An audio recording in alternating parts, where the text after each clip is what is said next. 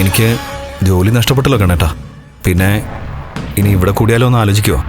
അഴിമതിയും കൊള്ളയും നടത്തുന്ന ഒരുത്തനെ എന്റെ ഒരു സ്ഥാപനത്തിലും വെക്കാൻ ഞാൻ സമ്മതിക്കില്ല. ഞാനവിടെ ചെന്നപ്പോ കണ്ണേട്ടൻ അവരോട് ചൂടായി. അതൊക്കെ അഭിനയം ആയിക്കൂടെ? മിക്ക വീട്ടിലും കാണും ഇതുപോലൊരു ഏട്ടനും അനിയനും. ഒരേ അച്ഛനമ്മമാരുടെ മക്കൾ സ്വത്തിനു വേണ്ടി തമ്മി തല്ലുന്നു. പിന്നെ രണ്ടാനമ്മയുടെ മോൻ കൂടെ പിറക്കാത്ത ഏട്ടന്റെ മരണം ആഗ്രഹിക്കുന്നുണ്ടെങ്കിൽ അതിൽ വലിയ അത്ഭുതമൊന്നുമില്ല.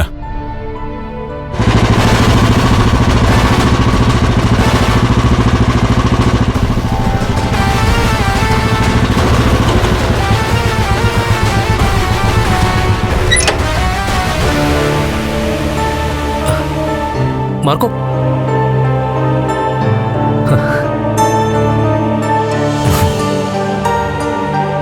എങ്ങനെയുണ്ട് പ്രതാപനെ? അയാളിപ്പോ പ്രതാപമൊക്കെ പോയി കിടക്കല്ലേ? ആ, ഒന്ന് നേരെയായി വന്നിട്ടുണ്ട്. അല്ല, ചവിട്ടി നിവർക്കണോ? തൽക്കാലം വേണ്ട.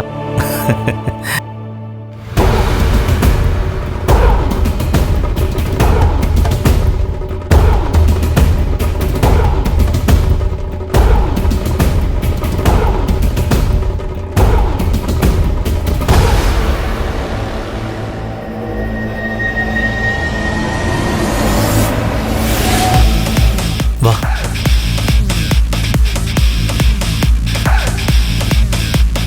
എന്താടാ, പോകണോ? ആ, പൊയ്ക്കോളാൻ പറഞ്ഞണ്ണ തോമസ് സാറ്. ഇനി ഇടയ്ക്കിടയ്ക്ക് വന്നാൽ മതിയെന്ന് പറഞ്ഞു. വന്നാലും പോയാലും കൊള്ളാം. പറഞ്ഞതൊക്കെ അതേപടി അനുസരിച്ചോണം.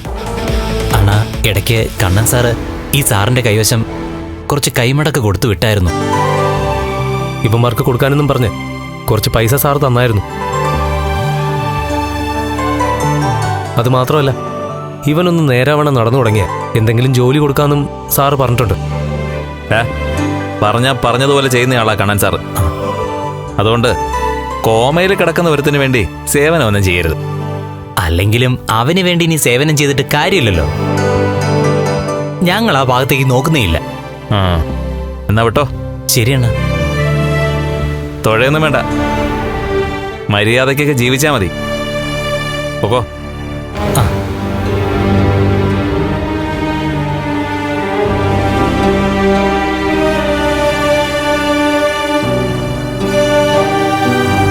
ഇവന്മാരെ വിശ്വസിക്കാലോ അല്ലേ മാർക്കോ? പണത്തിന് വേണ്ടിയിട്ടാ അവന്മാർ ആൾക്കാരെ തല്ലാനും കൊല്ലാനും ഒക്കെ നടക്കുന്നത്. ഇനിയിപ്പോൾ അവരെ സഹായിക്കേണ്ടത് കണ്ണൻ സാറിനെയാ. അത് മനസ്സിലായ സ്ഥിതിക്ക് ഇനി എന്തായാലും വേണ്ടാത്ത പണിക്കുന്ന അവന്മാർ നിൽക്കും തോന്നില്ല. മേഡത്തിന്റെ കുഞ്ഞു പോയില്ലെന്ന് ഇപ്പൊ എല്ലാവരും അറിഞ്ഞു കഴിഞ്ഞു. അതിന്റെ വിഷമത്തില പ്രതാപനും അയാളുടെ അമ്മയും, അതുപോലെ തന്നെ കണ്ണൻ സാറിന്റെ വീട്ടിലുള്ളവരും ഒക്കെ. പോലീസ് പൊക്കിക്കൊണ്ട് പോയി അമ്മയും മോനെയും ചാർത്തിയിട്ടും അവർക്കൊന്നും ഒരു മാറ്റവും. അതുകൊണ്ടല്ലേ വീണ്ടും ലക്ഷ്മി മേഡത്തിന്റെ വയറ്റിൽ കിടക്കുന്ന കുഞ്ഞിനെ കൊല്ലാൻ നോക്കിയത്. മാറാത്തതൊക്കെ മാറും സാഗറെ. മഹാലക്ഷ്മിയും കണ്ണൻ സാറിനെ ഒന്നും ചെയ്യാൻ പറ്റില്ല. അവരെ രണ്ടാളെയും സദാ വീക്ഷിച്ചുകൊണ്ടിരിക്കുന്ന രണ്ട് കണ്ണുകളുണ്ട്. ദൈവത്തിന്റെ കണ്ണുകളല്ലേ? ദൈവത്തിന്റെ മാത്രമല്ല, ദൈവ ചൈതന്യമുള്ള ചിലരും അവരുടെ എല്ലാ കാര്യങ്ങളും അറിഞ്ഞുകൊണ്ടിരിക്കുന്നുണ്ട്. അതുകൊണ്ട് കൊല്ലാൻ വരുന്നവര് പുകയായി പോകത്തേ ഉള്ളൂ.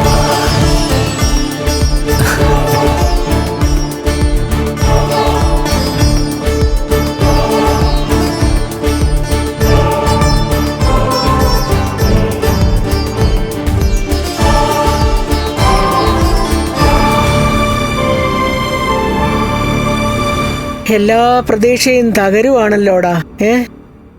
ആ വാമന്റെ മോള് അവളുടെ പാട്ടിന് പോയി. ഇനി ആകെയുള്ളൊരു ആശ്വാസം കണ്ണനും ലക്ഷ്മിയും രണ്ടിടത്ത് നിൽക്കുന്നു എന്നുള്ളത് മാത്ര. ഇനി അവരെങ്ങാനും അബദ്ധവശാൽ ഒന്നിക്കുന്നൂടെ കേട്ടാ നമ്മൾ പോയി പിന്നെ ചത്താ മതി. അതിനി ആരാണോ എന്തോ, ചെന്ന് നോക്കാമേ.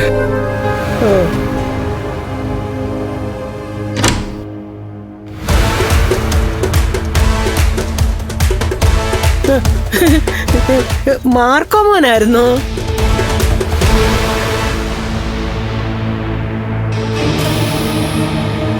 അയ്യോ മാർക്കോ,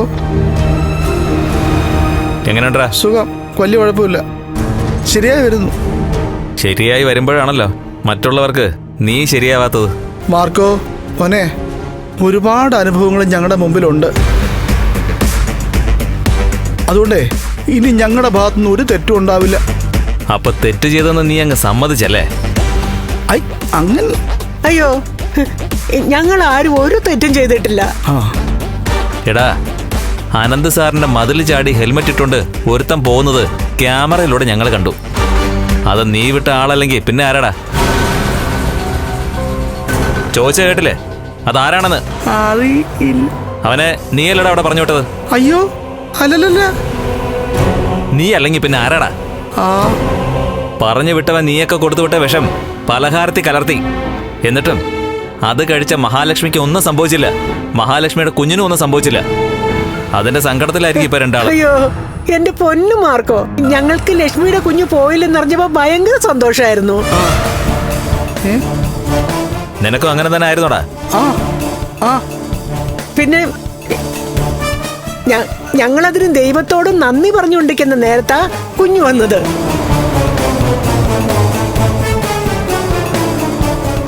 എന്നാ പിന്നെ അതേ ദൈവങ്ങള് എന്നോട് ചില കാര്യങ്ങൾ പറഞ്ഞിട്ടുണ്ട്. എന്ത്?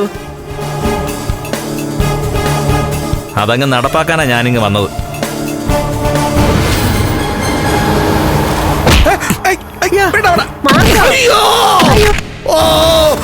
ഒന്നും ചെയ്യല്ലേ, അവന്റെ ഭാര്യയിലൊന്ന് ശരിയായി വന്നതാ. അവിടെ തന്നെയാണല്ലോ നീ പിന്നെ ഇടിച്ചത്. അയ്യോ എന്റെ മോൻ മാർക്കോ. വാരിയല് തകരുന്ന രീതിയിലുള്ള ഇടിയല്ല ഞാൻ ഇടിച്ചത്. എന്നാലും ഒരു ഉളുപ്പും ഇല്ലാതെ കള്ളം പറയുമ്പോ അത് കേട്ടോണ്ട് നിൽക്കാൻ പറ്റത്തില്ല, അത് വിശ്വസിച്ച് അങ്ങ് പോകാനും പറ്റത്തില്ല. എല്ലാവർക്കും എല്ലാം അറിയാം കേട്ടാ. ഇതിന്റെയൊക്കെ ബുദ്ധികേന്ദ്രം നിങ്ങളാണെന്ന് എനിക്കറിയാം. അയ്യോ പിന്നെ നിങ്ങളുടെ പ്രായവും അതുപോലെ നിങ്ങളൊരു സ്ത്രീയാണെന്ന പരിഗണനയും വെച്ച് ഞാനൊന്നും ചെയ്യാതിരിക്കുക. ആശ്വാസം. ഒരു കാര്യം നീ മനസ്സിലാക്കിക്കോ പ്രതാപ, 100 കിലോമീറ്റർ സ്പീഡിലാ മേഘൻ കാറ് കൊണ്ടുവന്ന് എന്റെ ബുള്ളറ്റിൽ ഇടിച്ചത്. ആ സമയത്ത് എനിക്ക് ഗുരുതരമായിട്ട് പരിക്കേറ്റു. പക്ഷേ ആ പരിക്കിന്ന് പെട്ടെന്നാണ് ഞാൻ റിക്കവറായി വന്നത്. അതായത് ഞാൻ പകുതി മനുഷ്യന്റെയും പകുതി ആത്മാവിന്റെയും ശരീരമാണ്. അങ്ങനെയുള്ള ഒരുത്തന് പലതും മണത്തറിയാൻ കഴിയും. അതൊക്കെ ഉള്ളിൽ വെച്ചോണ്ട് വേണം അമ്മയും മോനും മഹാലക്ഷ്മിയെയും കുഞ്ഞിനെയും കൊല്ലാനും തകർക്കാനും നടക്കാൻ. രണ്ടിന്റെ ആയുസ് ഏതാണ്ട് അവസാനിക്കാറായി. അതുകൊണ്ടാ ഇങ്ങനെയൊക്കെ തോന്നുന്നത്. ഇനിയും നിന്റെ വാരിയല് ശരിയാവുമ്പോ നീ അടുത്ത മാർഗങ്ങൾ നോക്കും, നീ ശത്രുവായി കാണുന്നവരെയൊക്കെ നശിപ്പിക്കാൻ. പക്ഷെ അപ്പോഴും നീ ഓർത്തോണം, ഇതുവരെ എന്തൊക്കെ സംഭവിച്ചിട്ടും നിന്റെ മോൾക്ക് ഒരു പോറൽ പോലും സംഭവിച്ചിട്ടില്ല. അവളുടെ വയറ്റിലുള്ള കുഞ്ഞിനെ കളഞ്ഞതുപോലും നീയും ഇവരും കൂടിയാ. എന്നാലേ ഇനി അങ്ങനെ അല്ല, അവളുടെ ശരീരത്തിൽ നിന്ന് ചോര പൊടിയും. അവളെവിടെ പെണ്ണാണെന്നൊന്നും ഞാൻ നോക്കത്തില്ല. കാരണം അവളുടെ മനസ്സ് ഒരു പെൺകുട്ടിയുടെ മനസ്സല്ല. അതുകൊണ്ട് ജീവിതകാലം മുഴുവൻ കരയാനുള്ള കാരണം നീയെല്ലാം കൂടെ ഉണ്ടാക്കരുത്.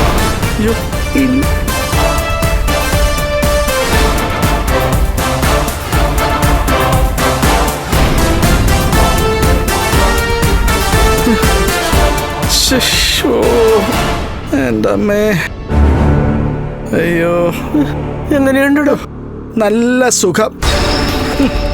ഓ, ഒരിടി കൊണ്ട് അവൻ അവസാനിപ്പിച്ചത് നന്നായി, അല്ലെങ്കിൽ എന്റെ വാരിയിൽ ഒടിഞ്ഞു തൂങ്ങിയേനെ. അവൻ പറഞ്ഞത് കേട്ടോ, അവന്റെ ശരീരം പകുതി മനുഷ്യന്റെ പകുതി ആത്മാവിൻ്റെതുമാണെന്ന്. ആ അങ്ങനെന്തോ ഉണ്ട്. അവന്റെ കൈ പോലും ഇരുമ്പോലൊക്കെയാ. ഓ ചോ, ഇരുമ്പ് ഉരുക്കൂടെ ഒന്നിച്ചപ്പോ അവനെ പോലൊരു മനുഷ്യനുണ്ടായ അമ്മേ. അവൻ പറഞ്ഞത് കേട്ടല്ലോ, നമ്മുടെ മോളെയാ അവനിപ്പോ നോട്ടമിട്ടിരിക്കുന്നത്. അത് ഞാൻ കേട്ടമ്മേ. ഇനി നമ്മളൊന്ന് സൂക്ഷിച്ച് മുമ്പോട്ട് പോകുന്നതാ നല്ലത്.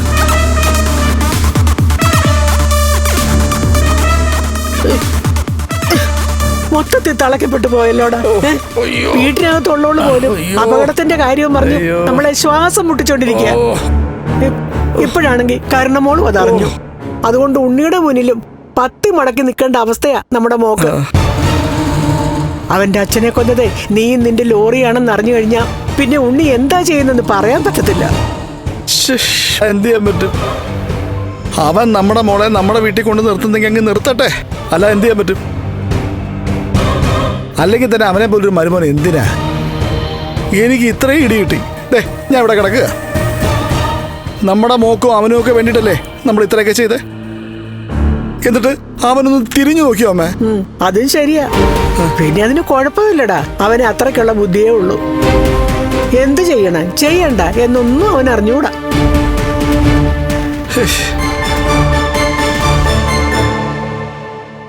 ഞാൻ വലിയ വലിയ വില്ല പ്രോജക്റ്റുകളൊക്കെ കൺസ്ട്രക്ട് ചെയ്യുന്ന സമയത്ത് നിനക്കും ലോപ്പസിനും ഒക്കെ ഫ്രീ ആയിട്ട് ഓരോ വില്ല തന്നേക്കാം.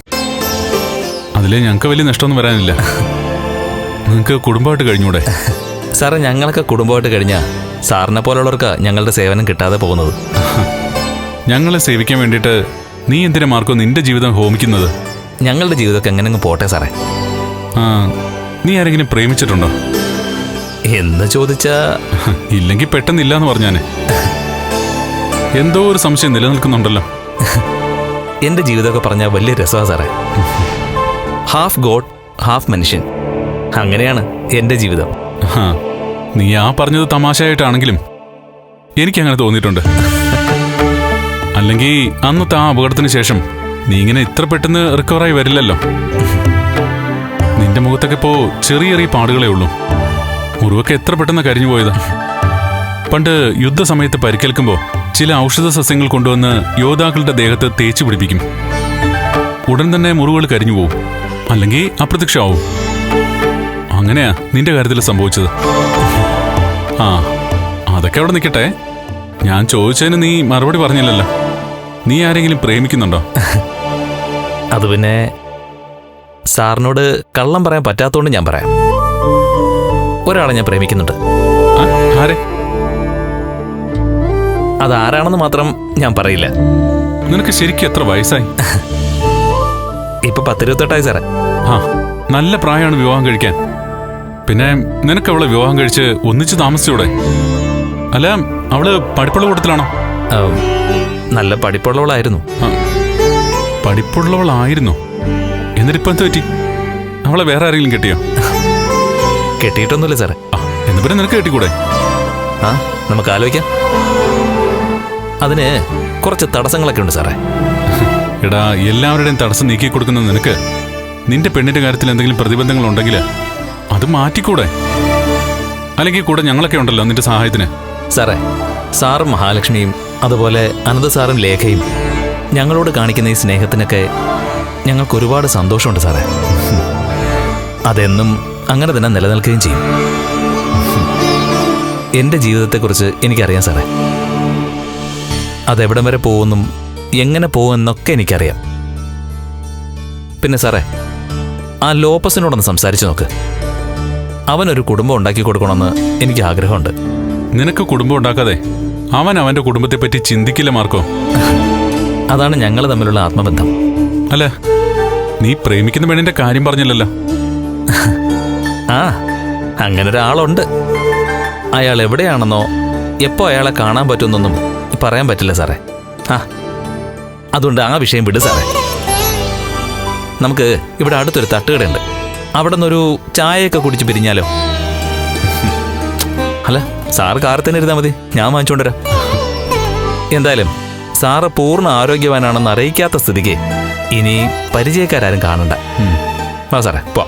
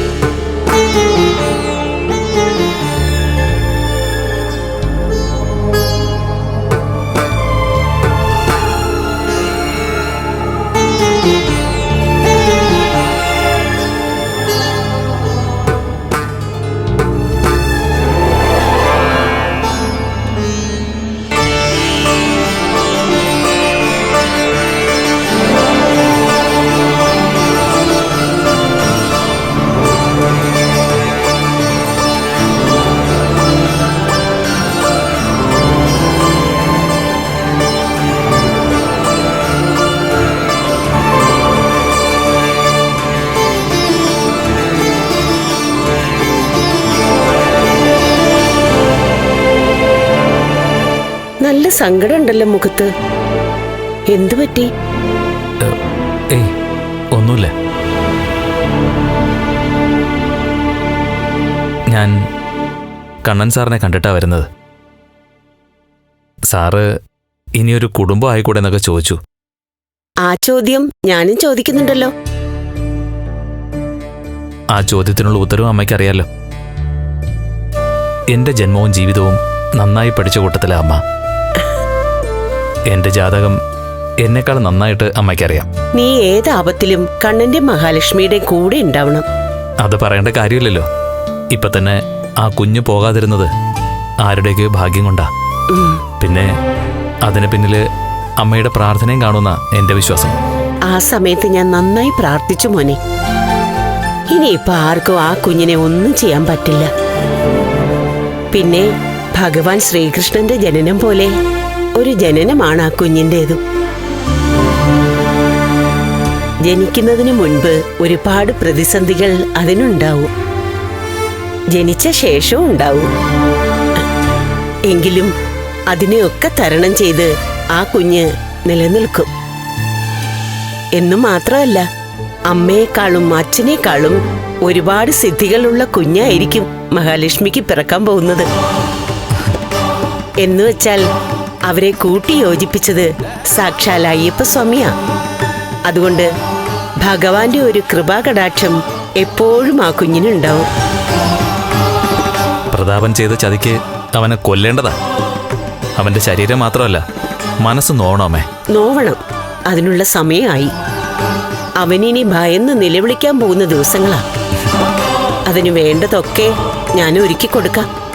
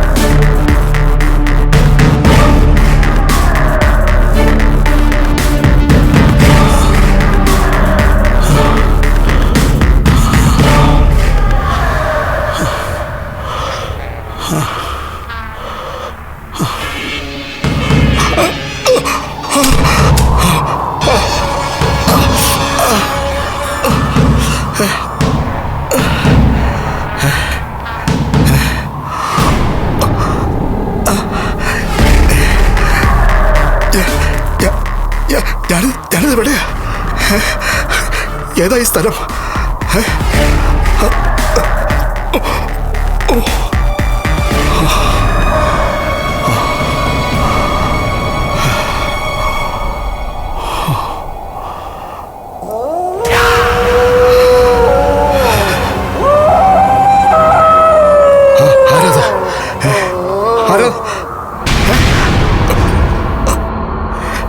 ചോദിച്ചിട്ടില്ലേ ആരാന്ന്?